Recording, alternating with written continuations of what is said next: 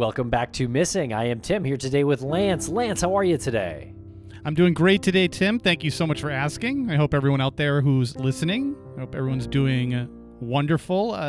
The person we have on today is a regular contributor, somebody who actually has put his boots on the ground, has risen to the occasion in regards to covering and advocating and investigating all of these missing people that we cover. And we couldn't thank him enough. We can't be more grateful to have him on. But Tim, I'm just gushing over him, but let's get to how you are. How are you today? I'm doing great. Thanks a lot for asking. And yes, our guest today is Jason Watts, who is a case advocate for really several cases spanning many years now. First one that we're aware of was Brandon Lawson's disappearance, and Jason was actually part of the search party that likely located Brandon's remains not very long ago. He's also advocated for the disappearance of Samantha Tapp, and we spoke with him about that case a while ago. And we've also spoken to him about the case that we're speaking about today. It's the disappearance of Jason Landry.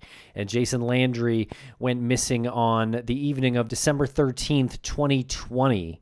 And his vehicle was discovered in the early morning hours of December 14th, 2020, outside of Luling, Texas.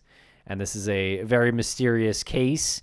And Lance, as you know, we've covered several cases, missing persons cases, where the car was found and the person was not.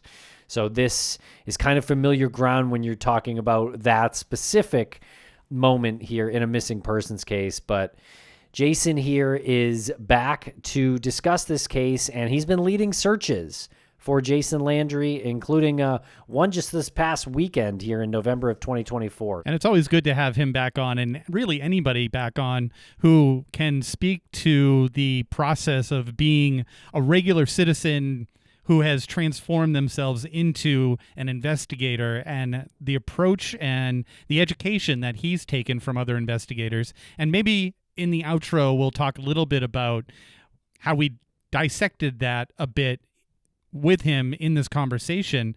But I think a lot of people who might be considering doing this should really listen to and absorb what he's saying, because he's going about it the right way in conditions that you would imagine no one voluntarily putting themselves in, including the search party and including the person who is missing, the person in question. And this being Jason Landry, whose story is really about as baffling as it comes when we're talking about a single car and a small accident and no body and no indication of where this person is. Yeah, it's truly a tragic case and mysterious as well. And as we mentioned, we have produced a couple other episodes on this case, and that is episode 383 and 397. So that was somewhere in the spring, summer of 2023. If you want to scroll back and hear those, we spoke with Jason as well as Catherine Shellman, who comes up in this conversation briefly as someone who started sort of organizing the search parties for Jason Landry. And we also spoke with Lisa and Kent Landry. Those are Jason's parents. So yes, thank you for bringing up those conversations, Tim. If anybody hasn't listened to that, again, go back and check those out. It's a real intimate look at the family members of people who we speak about who have disappeared and how we interact with them, how vice versa they interact with us, and how Jason interacts with them. It's all part of the process to bring some sort of answer to this mystery. Okay, so we hope you enjoy this interview, and if you are interested in joining the search party, there are links in the show notes where you can contact them, or you could donate via the Amazon wish list, and there are links in the show notes for that as well. And Lance, we'll be back at the end of this interview with our final thoughts. I love that, but before we get to this interview, we're going to break real quick for commercial, and we will return with Jason Watts speaking about the disappearance of Jason Landry.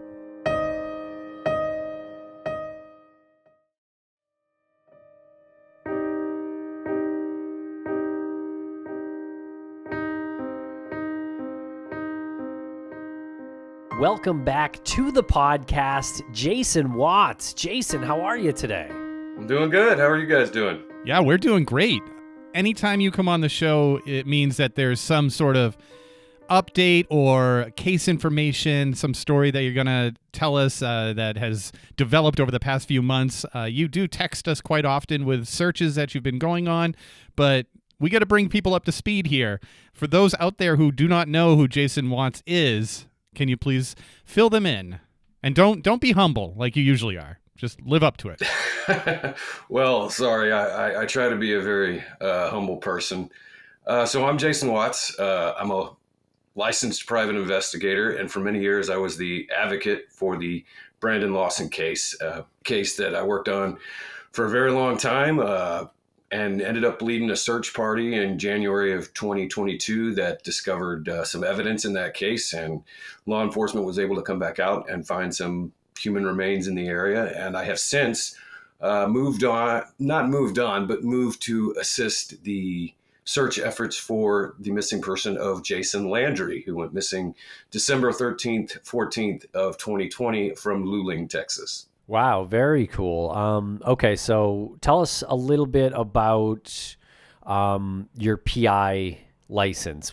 That seems to be an update since the last time we spoke. Yeah, so since the last time I've been on, I have become a licensed private investigator. That all happened because of the Jason Landry case. It was the 2-year vigil for Jason's disappearance. I met a man by the name of Coleman Ryan, who is a licensed private investigator, and he and I kind of struck up a friendship. He's done some work in Jason's case. Awesome dude. He specializes in digital forensics and cybersecurity, and he kind of saw my passion for missing persons cases, and he and I kind of talked throughout the following year, and it was in the summer of 2023 that I reached out to him and, mentioned that I had always had a desire to become a licensed private investigator. And so he was able to talk to the people that the agency that he's licensed through, its owner, lady by the name of Kathy Griffin. She runs K. Griff Investigations, which is a largely women-owned and operated investigation agency in Houston. Kathy is very well known. She's been on Montel. She's been on Maury Povich. She's been on many TV shows and news stations. Coleman was able to, show her my passion for missing persons cases. And so they agreed to license me. And I'm super grateful to both Coleman and Kathy for everything they did for me. That's awesome. Congratulations. Well done on that. It's one step that I think you're towards if you want to be a super advocate. You are literally doing like boots on the ground. You got your investigative license and you're applying all of these qualities and all of these talents that you have outside of your, I'll use quotes here, your regular life. I mean, this is now part of your regular life as well, but you have the separation, your professional life, you have a job. So, there has to be some delineation there, but applying those abilities and making it official is really impressive. So again, well done.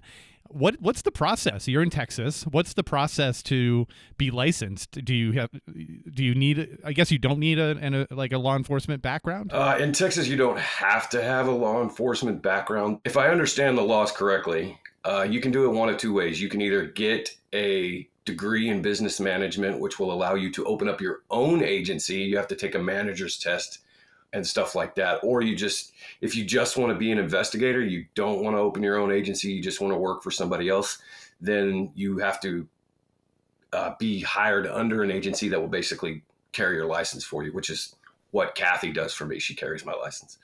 Oh, very cool. All right. Well, good. Congratulations on that. And so do you have any updates on Brandon Lawson's case before we speak about Jason Landry's disappearance? Well, I know a lot of people are wondering what is going on with this DNA analysis. What's going on? Why hasn't anything been put out since earlier this year? And on the last update from the Help Find Brandon Lawson case, the preliminary results of those DNA analysis are complete. So we know what they are. The ranger in charge of Brandon's case wanted to do a little bit more legwork and try to really strengthen those results. I don't want to go into too much detail on it because, I feel like it's LaDessa or Brandon's parents. That should be the one to put the final results out. So that's why I won't put them out. I will say that I don't think the results are going to shock anybody. Just look at the circumstances. I mean, we found what was left of his clothing, and then law enforcement found remains all within a mile radius of where his truck rolled to an abandoned stop. The clothes were found not very far from the remains. So, I mean, while I understand people want the DNA results, there's some people that just won't accept things until they have the scientific data in front of them, and I understand that. But if you really kind of break down the common sense and logic of it all, I mean, it's highly, highly likely that this is Brandon. And in a sense, that is not closure, because I don't want to use that word, but in a sense, just knowing the likelihood that it is Brandon must bring some sort of relief to the family. I imagine that is the case, and I'm sure that they've expressed that to you. Does that bring relief to you as well? Yes. I mean, I feel relieved knowing they have their answer. That was the reason I began working on it in the first place, was to give them some sort of answer. You know, with this discovery of remains, I mean, that's not the answer anybody wanted, but it's an answer. They needed an answer. I know we still don't fully know what happened to Brandon that night, but at least now we know. I mean, no good's coming out of this discovery other than we know Brandon didn't run away and he's not sitting on a beach in Mexico sipping margaritas, which we never really suspected anyway. But it's nice to know that's not what happened. He was there the whole time and just unfortunately went undiscovered. Now, can you tell us a little bit about Jason Landry's disappearance? Yes, so Jason Landry went missing December 13th, 14th of 2020. He was a 21-year-old college student attending Texas State University in San Marcos, Texas. He had just finished his finals for Christmas, or for the end of the semester, and he left his college apartment at 10:54 p.m. He began driving to his parents' house in Missouri City, which is a little over a 2-hour drive. He left very late at night. This was only the third time he had made this trip. He had only been at Texas State for one semester.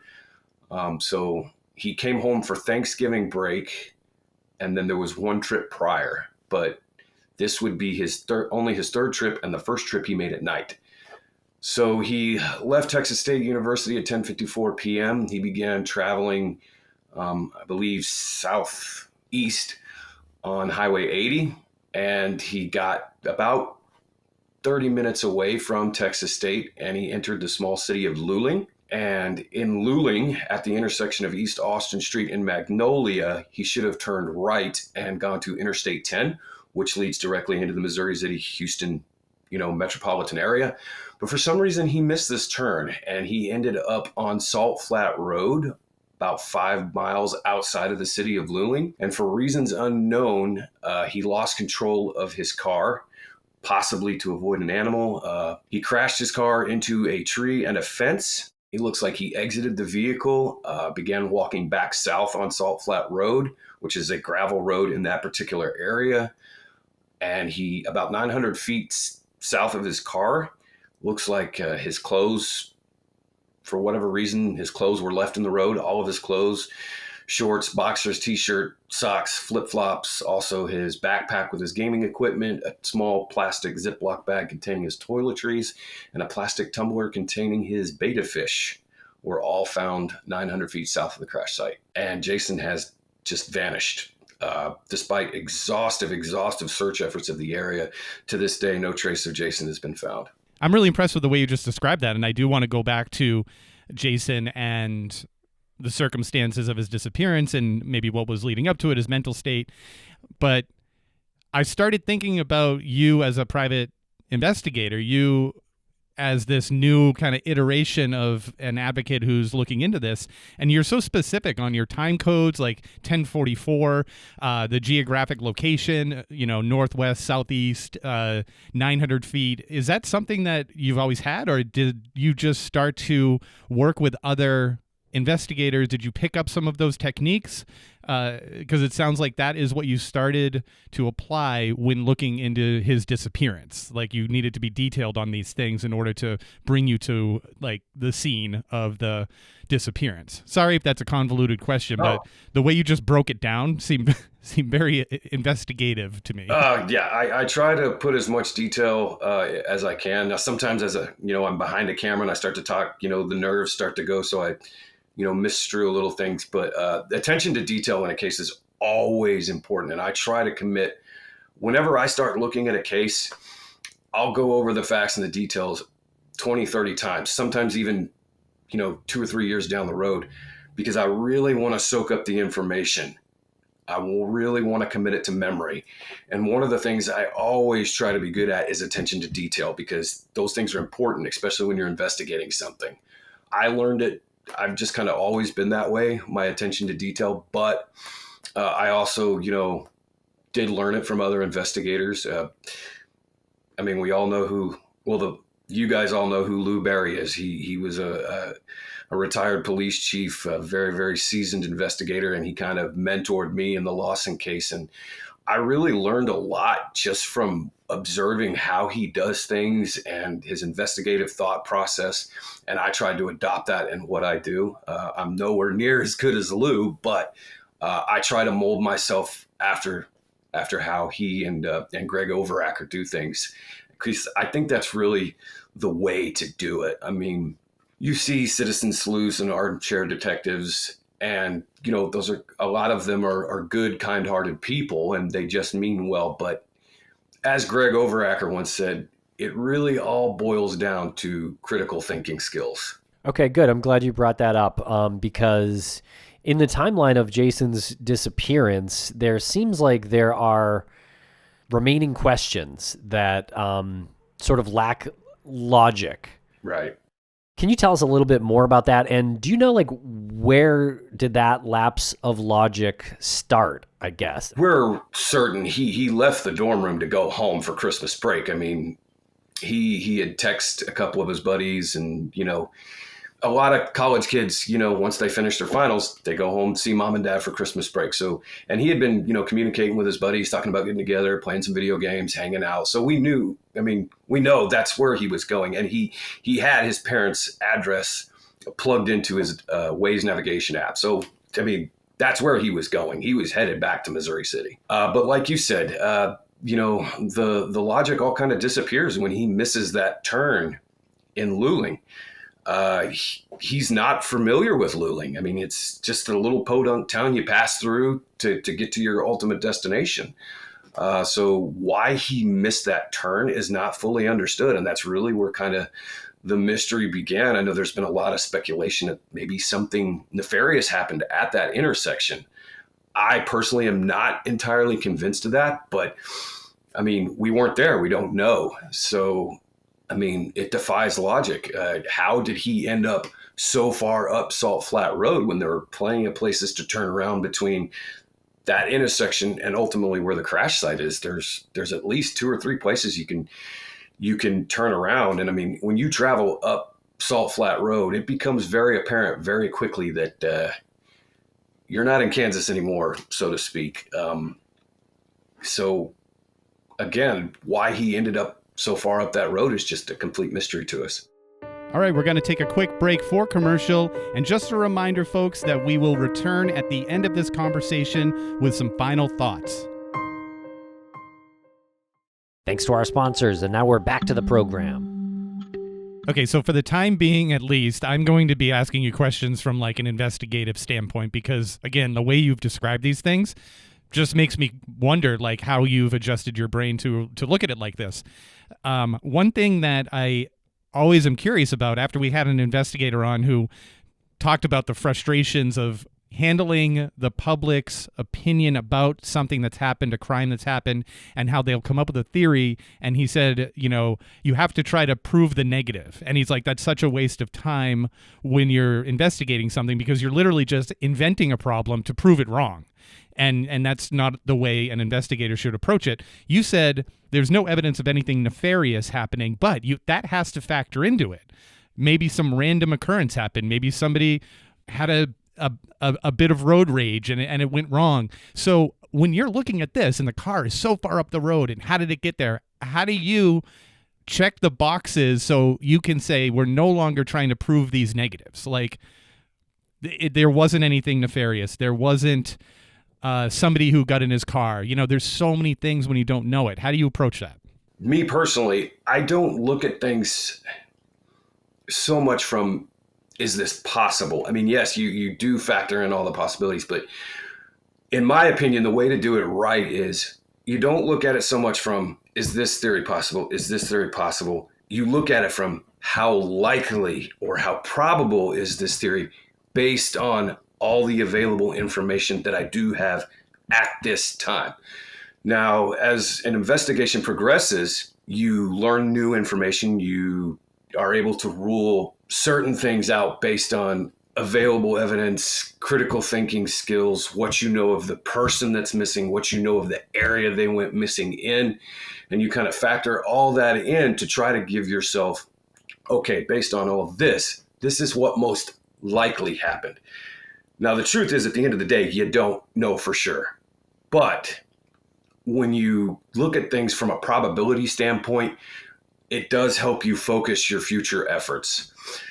I'd say Jason's case suffers from the same fate really as a lot of cold cases is. There's just not enough information available at this time to know for sure what happened. So the only thing you can do is you can, like, for example, if you strip this case down and you take it to its bare core, you really have two possibilities or two most likelies. He either crashed that car, walked away into the surrounding area and has just not been discovered yet, or perhaps there is an outside factor to this being foul play that we don't have enough evidence to know how that all worked or how that all fit.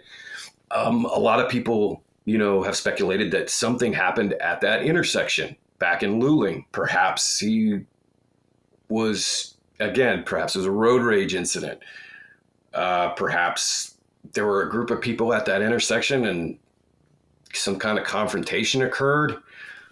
And for whatever reason, he's extracted from the vehicle and then the vehicle is crashed out there. Again, there's things that make me think that's probably not what happened. But again, I don't know for sure. So, I'll see a lot of people in the Jason Landry Facebook communities. And again, they're great people. They're just trying to help. But the truth of the matter is it's either one or the other. And we don't have enough evidence to know for sure. So what do we do with that? Well, you try to account for both possibilities. You go back, you keep searching the area that the car crashed in case something's been missed. You search farther out than the search teams have gone before in case he somehow wandered further than anticipated and is in an area that hasn't been searched yet. And to account for the foul play possibility, you keep going down and knocking on doors. You keep appealing to the public. You keep the case in the public eye. You keep the pressure on in hopes that somebody with credible information will come forward. And that is really what is being done in Jason's case. We're continuing the searches. We're actually going out this weekend. As soon as I finish this interview with you guys, I'm packing up and getting ready to go to Luling for a search. And then we do everything we can to keep Jason's face in the limelight. We keep sharing it on Facebook. You keep it in the eye locally. For a long time, there were some big billboards right outside Luling. So, the responsible thing to do in a situation like this is what is being done. Yeah, and it does seem like there's been really no shortage of media coverage, especially locally, in Jason's case. But there's also been an episode of Disappeared. And of course, that's a pretty popular show. And so in that show, they interviewed the police. They interviewed Kent, Jason's father. They interview another private investigator. It seems like everyone's got different ideas of what may have happened. The police seem like they're certain that because they found some marijuana in Jason's car, that Jason somehow kind of lost his mind and went wandering off. Does that seem like where they're at in their investigation?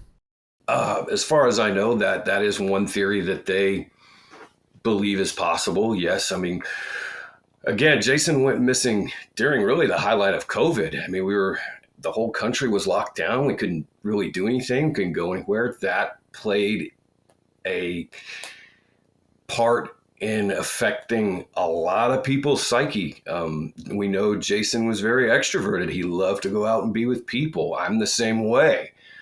So being shut up and locked in your dorm room and you can't really do anything, that really starts to, play some mind tricks with you. I wouldn't be surprised if he was kind of bummed. I mean, matter of fact, I was bummed. So, and he, as the TV show pointed out, what college kid doesn't? I mean, half the college students smoke marijuana, if not more than half. So that doesn't come as a shock to me. I mean, he's a 21-year-old kid. I remember when I turned 21. Let's go out and try some of these beers, see what this alcohol is all about. I liken that to normal age for him stuff. Could that play a factor in why he ended up out there? Maybe so. The only person that really knows that is Jason. Assuming he was driving the car and assuming he was using marijuana during that ride or something, maybe got paranoid, walked off. But I guess there are still some questions. He sheds his clothes, right? He sheds his clothes on the street. He leaves his phone. But also, if this was marijuana driven, wouldn't he have taken the marijuana with him? I mean, I guess he could have taken some, but he didn't take all of it. It's anybody's guess. I mean, I'm not convinced the marijuana played a factor in it. It was we know he hadn't slept very well in the days leading up to his disappearance, so he was probably tired. It's possible when he crashed the car, he knocked himself loopy. I mean, we know that concussions can affect the body's ability to thermoregulate, and that will make you feel hot. It's been speculated that we know it was very cold the night he went missing, cold for Texas. When he crashed the car, it busted out the back window. So the car was facing south, but the wind would have been entering the cabin of the vehicle from the north. It probably filled that car up with a lot of cold air. I mean, the police have speculated perhaps he was hypothermic. We know in the later stages of hypothermia, you begin to feel hot and take your clothes off too. It's called paradoxal undressing. So there's some perfectly scientific reasons for why he could have done that as well as other reasons. I mean, again, the only person that really knows the answer to this is the person we're trying to find. And we have to understand that it's quite possible we may never fully understand why he did that, even when we find him, whether that be, everybody hopes to find the missing subject alive. And I would be ecstatic if that was, he suffered some sort of amnesia and, got picked up and removed from the area and just doesn't know who he is. But it's also quite possible that, he's no longer among us, as tragic as that is. How much time do you spend on the marijuana, for example? I mean, he is missing. How he got there is probably going to be a key factor to finding him. But how important is it when you're looking into any disappearance, someone's blood alcohol level or their use of marijuana or what brought them to that location? Outside of an emotional or physical reason? Well, I mean, you have to look at everything. Otherwise, you're not doing the case, investigatively responsible. So you have to take everything into factor. Again, it's hard to say, again, I'm not, the marijuana that was found in the backpack, it wasn't like a huge amount. It was consistent with recreational use, which you would normally find in a college student. So, I mean, you take it into consideration, of course, but again, it's something that we may never fully know. This case is very difficult. Cold cases are difficult. If they were easy, they would have been solved a long time ago, probably in the initial week. Right. So what just like popped in my head is you said that it was consistent with recreational use and he's a college kid. If you had found like 4 pounds of marijuana, that'd be a completely different reason why he disappeared, probably, right? Potentially. Like, I don't know. Wait, what's a large amount of marijuana? I'm not sure. Is 4 pounds a lot? Yeah, that would be a lot. But then you'd be like, well, why is that still here? Right. It would factor in a lot more. Yeah, or why didn't someone steal that? You know what I mean? So there'd be questions the other way. Yeah. Yep. Again, we're trying to prove negatives, and I'm totally guilty of doing that by inventing an issue that never existed in the first place. Right. Well, I mean, investigations work by ruling things out, not ruling things in. Right. A lot of people feel, again, as I stated a minute ago, that something happened in Luling. There's reasons that I am not convinced that's most likely. One thing I noticed the first time I saw the area, especially, the intersection of Austin and Hackberry and Austin and Magnolia, is there are houses that literally line up all the way up to that intersection. So you would think if there was some sort of confrontation, somebody should have heard it. I mean, yes, it's 11:26 at night, but we're locked down in the middle of COVID. It's a Sunday night.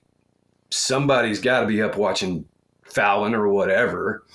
So in my opinion, the only way that really became a functional possibility is if for whatever reason somebody walked up, put a gun into his face, and he immediately complied. And Kent and Lisa, if you listen to this, I don't want you to, get bad visions in your head. I'm just simply trying to explain how this theory could be really functional. He's a 21-year-old college kid. He's not from Luling. He's not familiar with it.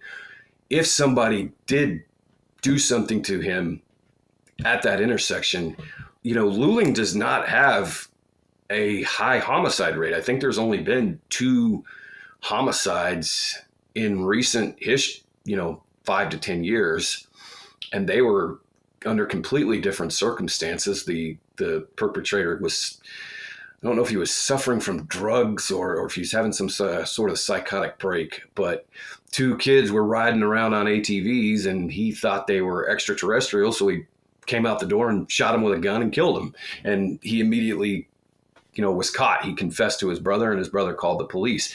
So those are the only 2, homicides that have occurred in that area in the past, I think 5 to 10 years. So if somebody did something to Jason, you would have to answer the question of what made him stand out that somebody wanted to harm him. I mean, that intersection is reasonably busy, even at night. If somebody did something to Jason, why did they target him? Why not somebody else? So again, I mean, I think that's what pushes that down the likelihood ladder a little bit. I think Jason was behind the wheel of that car when it crashed. Take a look at everything that was removed from the vehicle, the betta fish, the toiletry bag, the video game equipment. All of those things mean something to Jason Landry. A random perpetrator could care less about a fish in a cup. Why would he remove that from the vehicle even if he was staging a scene? You could stage a scene without removing all that. The easiest thing to do would be crash the car and walk away. You leave look at Lecard's theory of interchange. Everything you interact with, you leave a small piece and you take a small piece.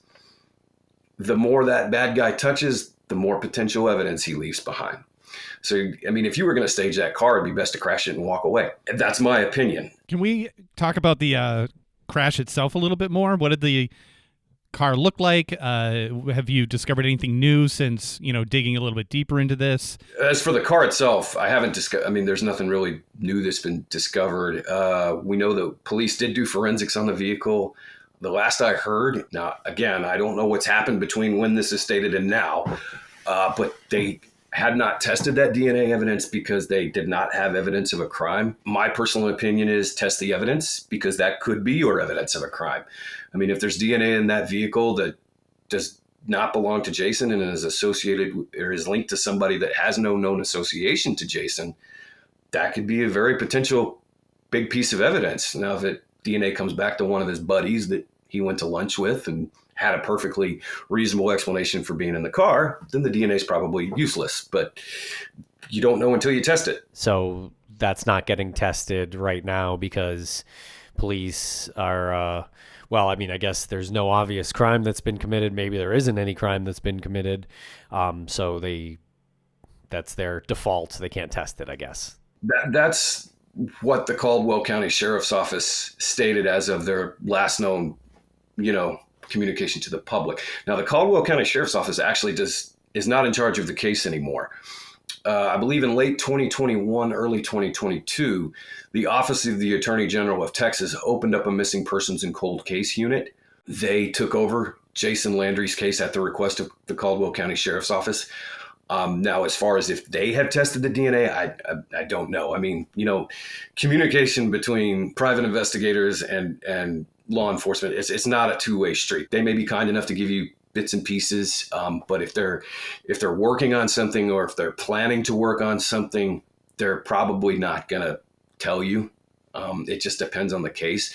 Working on a case right now very close to where I work that the detective gave me everything he had.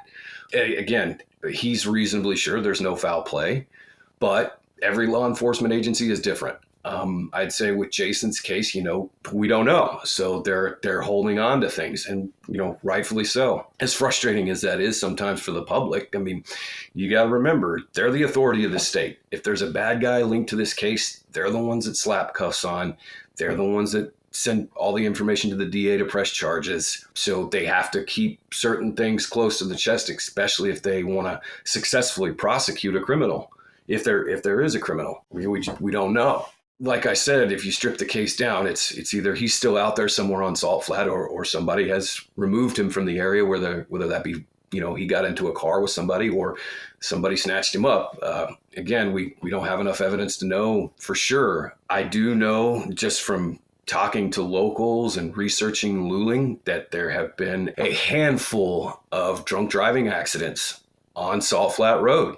I know from talking to locals that a lot of, especially the young kids, they're riding around with their buddies, they're drinking. Salt Flat Road is it leads out of town. It's a rural road. You get in the truck with your boys, you crack open a couple of beers, and you're drinking and driving up that road because it's rural. There's not a lot of police presence out there unless something goes down. So, you cruise the back roads and drink with your boys. I mean, lots of people do that. So is it possible he was struck by a drunk driver after he exited the vehicle?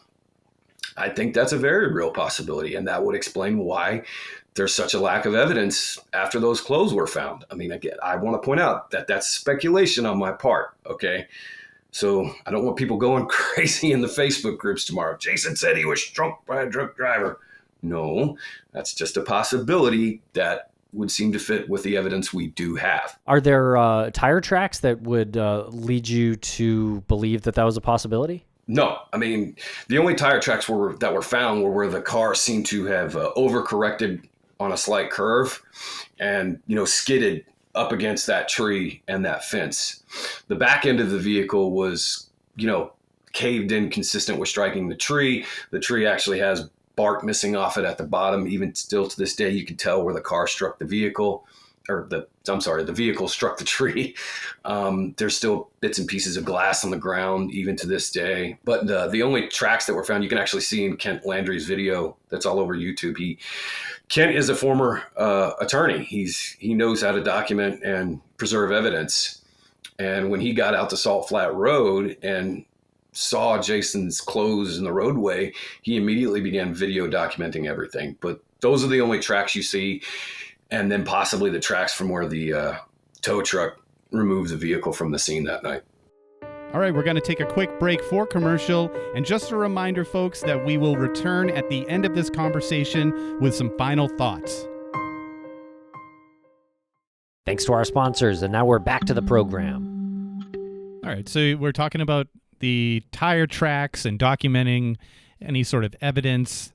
This leads me to consider, at what point do you, as an investigator, assemble a group or join a group to go out there and do a search? Because you've been out there before.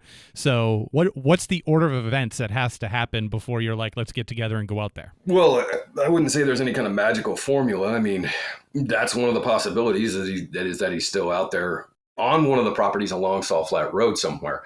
The area was extensively searched by Texas Search and Rescue, also known as Texar. They did not find any trace of Jason. Procedure for getting a search ready, really, I mean, you just have to appeal to the public for volunteers and, gather resources. We have to wear snake boots when we're out there because the area does have snakes. We carry firearms because there are wild hogs out there. We have seen them on a number of occasions, and you find their skeletal remains all the time. And hogs can be aggressive if they're threatened or cornered. We have food out there and snacks, and the area actually is in the middle of the oil fields of Luling. Luling is an oil-filled town. There is a poisonous gas emitted by the oil wells called H2S, hydrogen sulfate. We wear monitors that monitor that gas. Now, in the 2 years I've been searching for Jason, none of those monitors have ever alerted us to dangerous levels of H2S. It is a gas you can smell as soon as you get in the area. It's a very sulfuric, rotten egg type smell. So it's very distinct. The terrain itself, you've got some properties that are very flat and easy to navigate. You've got properties that have hills and rocks and ravines. So you have to prepare yourself for that. One of the things you look at when you go to do a search is POA, probability of area. And what that is the likelihood that the subject you're looking for is actually in the area you're planning to search.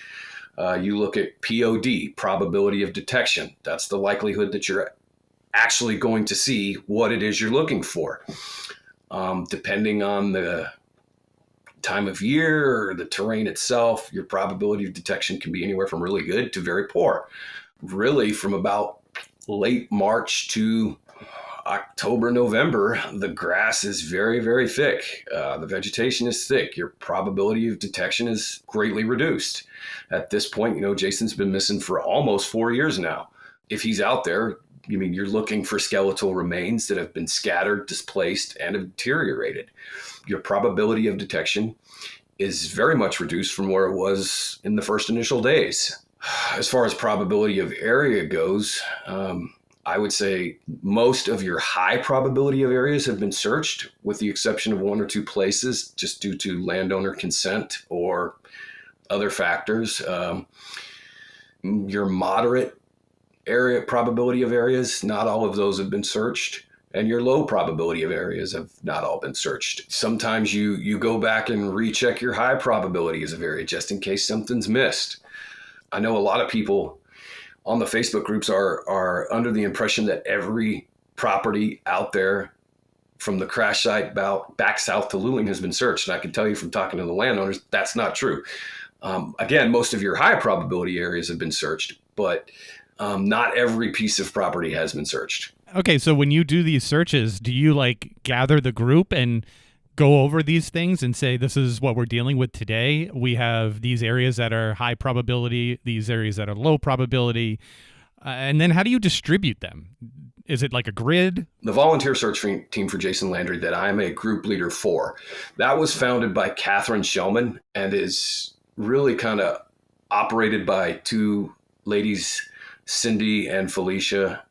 They really kind of help gather the people. I'm more so leading the group or assisting in leading the group. For example, let's say we're going to go to property A. Okay. We'll get all the volunteers that we plan to have. We'll line out how we want to search it. Almost every one of our searches has consisted of what they call lane pattern search. That's a style of searching. Think of it as mowing your yard. You go up, you swing around, you come back, and you go up and down until now you can either travel north and south, you can travel east to west, and you determine that by knowing or factoring in what Jason's most likely line of travel would be. For example, and we know that Jason began walking back south towards Luling, or presumably began walking back south towards Luling. So a lot of times what I will do is I will have the search team travel south to north, because then you would be bumping into Jason, so to speak. Sometimes we search east to west. It just really depends. To answer the other part of your question, when we get out there, for example, tomorrow morning when we go out, and I can go ahead and talk about this a little bit because by the time this airs, we'll have already searched. In the morning, we'll all get to the staging area. We have an area picked out that we've always staged for our searches. I won't reveal I'm not going to reveal what that area is, but we have a command post, so to speak. Everybody gathers there. Everybody will gather there in the morning. We'll kind of brief. We'll go over a safety briefing, which is kind of what I've already gone with you. Look, we've got hogs out here. We've got snakes out here. Those of us that carry firearms are usually evenly distributed among the search line. When I say search line, we have everybody line up shoulder to shoulder, and that's how we go back and forth and mow the yard, so to speak, as you do that with your search line. We distribute the people that are carrying firearms evenly throughout the search line so that, if I'm way over here on the right side of the search line and a hog charges people all the way over here on the left, you got to have people that can handle that situation. Not everybody does carry a firearm, only certain, searchers. So we account for that. We will inform the search group what area we're searching. And then we'll just we go down to the crash site, we say a prayer, and then we head to the property that we're going to search. And you mentioned hogs potentially charging at searchers. Is that something that's happened? Or I know they're common and sort of overabundant in that area, but can you tell us what the reality of that is? Are they aggressive, or what's the story there? They can be aggressive. No, now, they're like any other animal. Their first instinct is to run. And every time we have encountered live ones out there, they've ran. We have not had one charge us, thankfully. We did step onto a property on the very first search we did that the bull that was on the property didn't seem to like us being there. So he didn't charge us, but he was walking towards us pretty seriously. So we decided, all right, pal, we're in your area. We'll wait for another time. But we've encountered a bobcat out there. Thankfully, that animal ran too. It didn't charge us.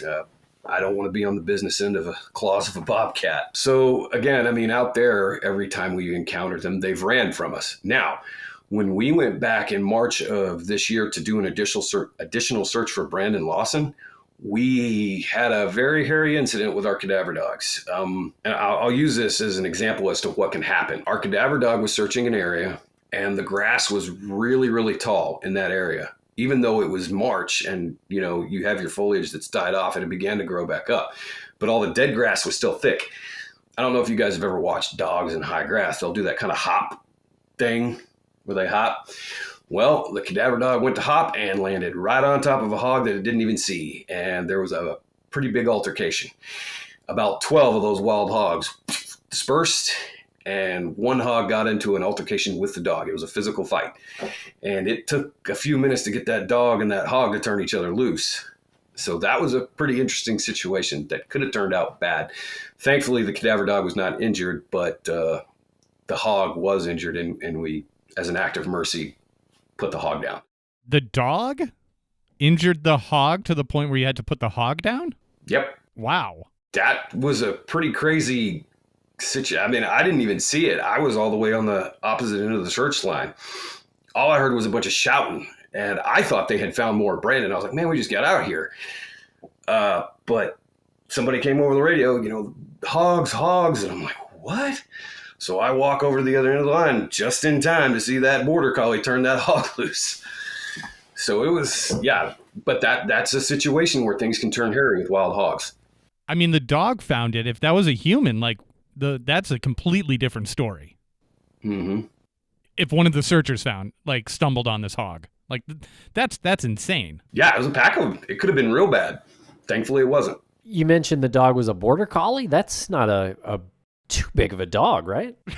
I'm pretty sure that's what kind of dog. Border collie, yeah. Okay, well that's a little surprising to hear that. Yeah. Because I think we've heard that these hogs can get 200-300 pounds or something like that. Yeah, thankfully the hog that the dog encountered was probably a younger one, maybe weighed 100 pounds. So it was actually a smaller one. But still a lot bigger than the dog. Interesting. Yeah, a little bit bigger than the dog. The canine team that we use for all our cadaver dog searches, she doesn't want notoriety, but I'm going to give it to her anyway because I love her to death, is Team Texas Canines, founded and ran by Crystal Fields. We call her Red. We love her to death. She has trained a really amazing group of dogs. It is fascinating to watch these animals work, and they are eager to work. These dogs love doing what they do. When you open that back door and you get ready to unlock that cage, man, that dog's ready to go. So I hope one day you guys are able to come out and actually watch a search because it's fascinating. not only to see the dogs, but to see the search effort as a whole. It really is amazing what a good group of people can do and accomplish. Yeah, absolutely. We would love to join at some point. Do you need other searchers? And Yes, if so, is there an email address that you can give out or something like that? you bet. So findjasonlandry@gmail.com is the email that will directly link you to the search group. If any of you are in the Austin, San Marcos, Luling, San Antonio area, or in the general area and want to volunteer, we are always looking for good volunteers. So email findjasonlandry@gmail.com. That will link you to one of the other search group leaders, and she or he will get the ball rolling for you. I know a lot of people, they don't, have the time, money, travel opportunity to come be a part of a search, but I want to encourage people, don't if you want to help and just aren't able to help in that way, hey, that's okay. There are other ways to help. We actually now have a Amazon gift list. If you want to help donate water or donate snacks or donate gear, I will send you guys the link to that so you can put it in the show notes. So members of the listening audience, if you want to help the effort and you're just not physically able to, hey, that's cool. There's still a lot of other great ways you can help, and this Amazon wish list is one of them.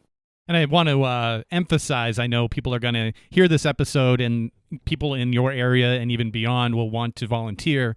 We just gave some examples of wearing snake boots and wild hogs. It sounds like it could be something. You're going into this rough terrain. It is challenging. It is difficult. There's an element of danger to it. So we have to give that, I guess, not warning, but we have to give that, kind of flag that. But you are in good hands. You send us these images after you've done a search, and it looks completely organized. It's as safe as you possibly can make it in those conditions. There's also water that you provide, snacks that you provide, so you're hydrated and you have energy. So despite all of those danger red flags there, it is a matter of being in a good group of people who are looking out for each other just as much as they're looking out for the person that they're searching for. Absolutely. I mean, when you go out there with other people, you really form a bond, and in a lot of ways you become like a family. I mean, it's I don't want to say it sounds trivial, but when you're out there with these people, you're kind of putting, in a way, your life in their hands. They're looking out for you, and you're putting, you're taking their life into your hands. You all watch out for each other and take each other's safety very seriously, and you form a bond over doing that.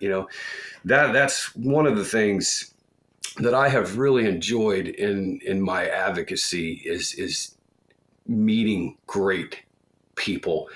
Our world, you could make the argument it's bad, it's rough, but it's not all gloom and doom.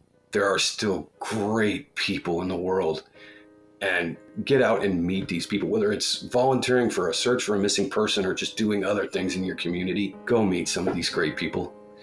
It's not all gloom and doom, man. The world, in a lot of ways, is still a really, really great place.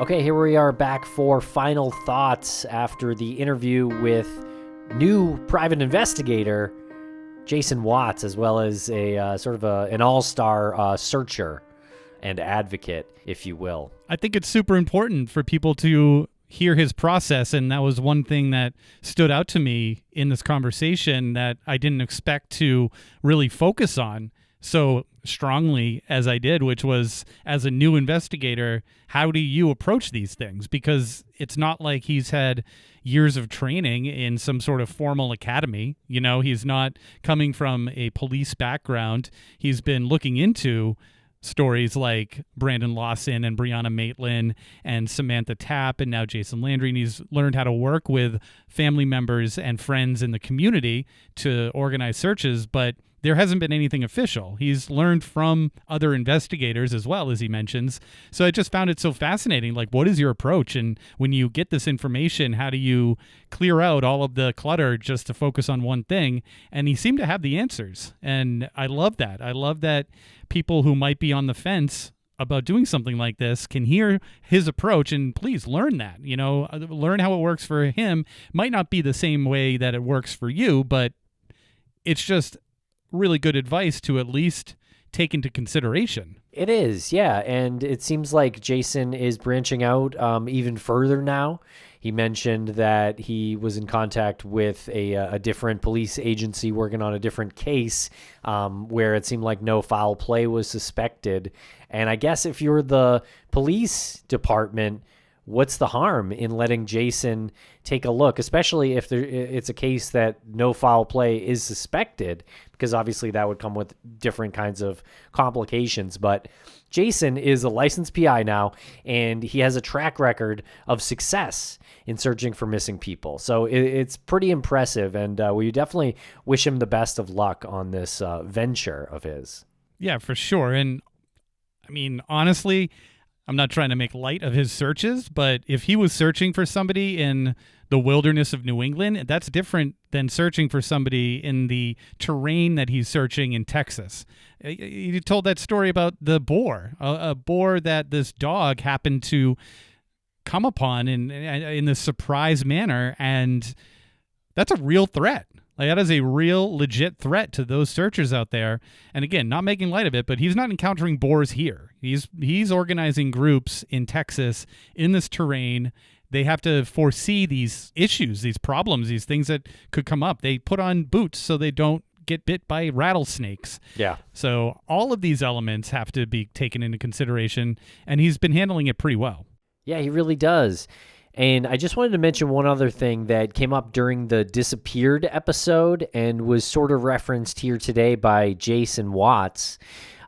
Kent Landry, Jason's father, mentioned the rumors, the online rumors in the case, and I think he even specifically mentions a wood chipper in the Disappeared episode. But I wanted to point out, because that wood chipper came up again, that our friend and private investigator Greg Overacker, who we had on just a few weeks ago, spoke about the wood chipper as something that comes up in every missing persons case that has no answer. And he really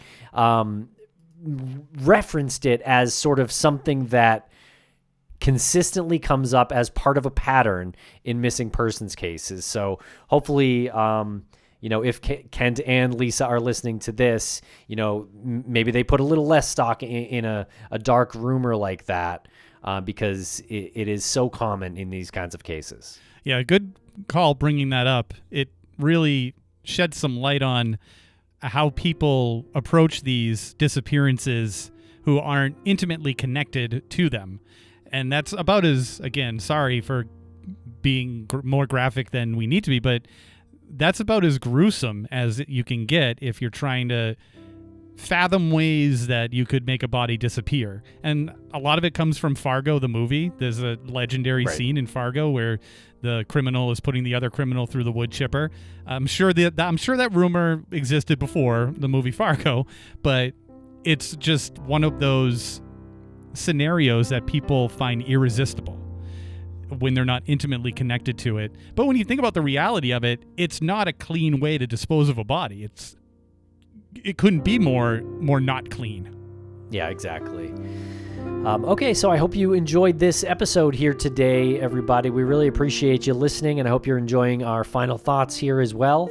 And next week, we are releasing an episode with Matt Murphy, author Matt Murphy, former prosecutor, and that'll be a new one coming out here on the Missing Airwaves next Thursday. So thanks a lot for listening. We really appreciate it. Please follow us on social media at Missing CSM.